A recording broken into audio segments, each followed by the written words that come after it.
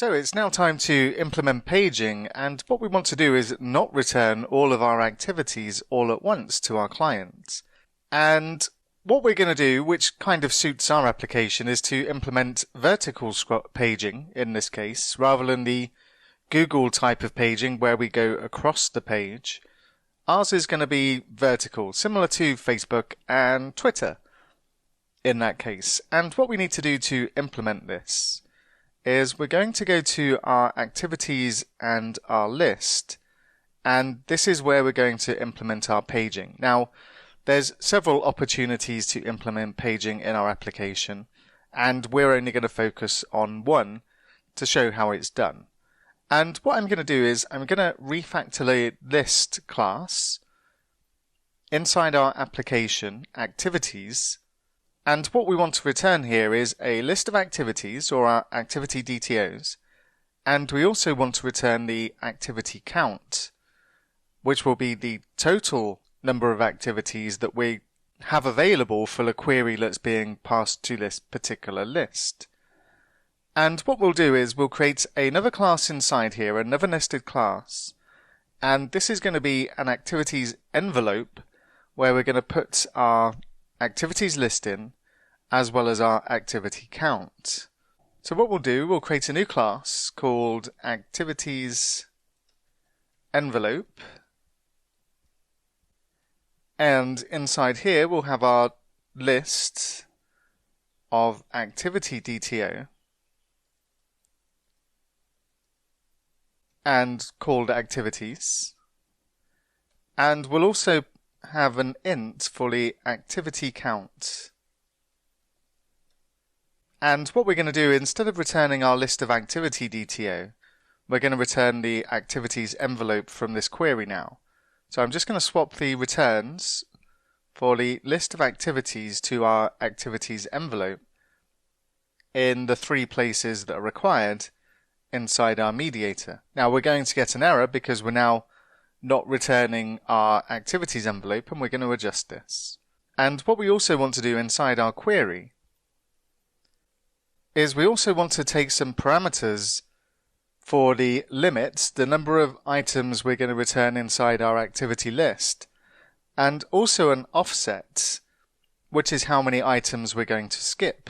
And what we'll do is create two properties. One will be an int of limit, and the other one will be an int of offset. And what we can do, if we click on our properties here, we'll have the option to initialize a constructor from our properties. So I'm just going to choose this option, and this creates our constructor with our properties. And what we actually want to do is make both of these optional. So we'll make these ints optional. I'll remove the list dot from here because we don't need these inside our constructor, and also make the properties themselves optional. And this is what we're using for paging in this particular case. So what we'll do, we'll scroll on down to our logic, our handler logic, and what we'll do above our var activities, we'll create a queryable variable, and we'll set this equal to context.activities as queryable. And we'll also need to bring in system.link. And what we'll do with our activities here is we'll say var activities equals await queryable, and I've spelled queryable wrong. That should be queryable. And inside here we'll add our methods to, first of all, skip. How many records do we want to skip in our activities table? And what we'll do is we'll set this to the request.offset, and if this isn't set, then it will default to 0. And then we'll take the number of items we want to get from this query, and we'll set the request.limit. And again, we'll give it a default value of 3 if nothing is specified. And then we'll say toList async. And then what we want to do is return a new activities envelope,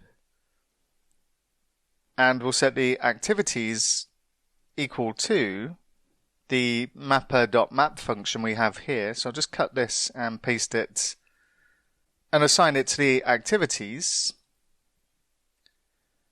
And what we also want to do is return the activity count. So we'll say activity count equals queryable.count. And in this case, this is going to give us at the moment, 10 activities that we have as the number of activities we're returning in this particular case. So we're also going to need to adjust our API controller. So let's go to our activities controller. And we're getting an error because we're not returning an activities envelope here. So let's change this. And what we're returning is our activities envelope. And what we'll need to do is say list.activities envelope in this case.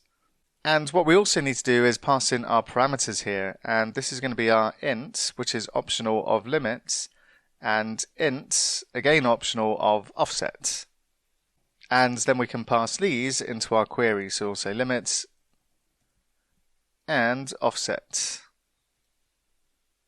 And I'm missing a closing angle bracket here as well. So this is what we're looking for. When we request our list of activities, we're going to be passing optional parameters for the limit and the offset, how many activities we're returning, and how many activities we're skipping in this case. And if we don't pass any parameters, then we're just going to get 3 activities starting at 0, which will be the first 3 activities in our table. So if we go and test this functionality in Postman, let's head over to Postman. And first of all, let's just get a fresh token for Bob. So we're just going to log in and save the token, just as we have been doing all the way through, and setting the token equal to a variable called token. So I'll just click send, and we get the token for Bob. And if we just go and get the activities just as we normally would, then what we should find is that we get 3 activities back, because that's what we've set our limit to inside our list. So I'll click send, and we get our activities, and what we should find is there's 3 of them. So we'll just go past the comments, and then we get past activity 2, and we also get future activity 1, and if I keep scrolling down, we then see we've also got our activity count, which is 10. So basically I've got 3 activities inside here, a tiny bit hard to see, but it's given us our 3 activities back, which is really what we're looking for here. And we've got some other testing queries here as well. So this one's going to set the limit to 5, and we're sending up our limit as a query string parameter, and this should return us 5 activities, and our activity count should of course still equal 10. And if I look at where we finished on the last one, then we finished at future activity 1. So when we run this particular query, we should be finishing at future activity 3. So I'll click send, and we get our activities again. I'll just scroll on down the list,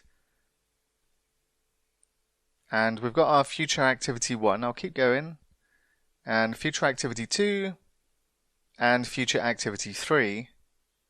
And that's where our request finishes, and we get our activity count equal to 10 still. And this particular query is going to send up our limit of 5 and offset of 5.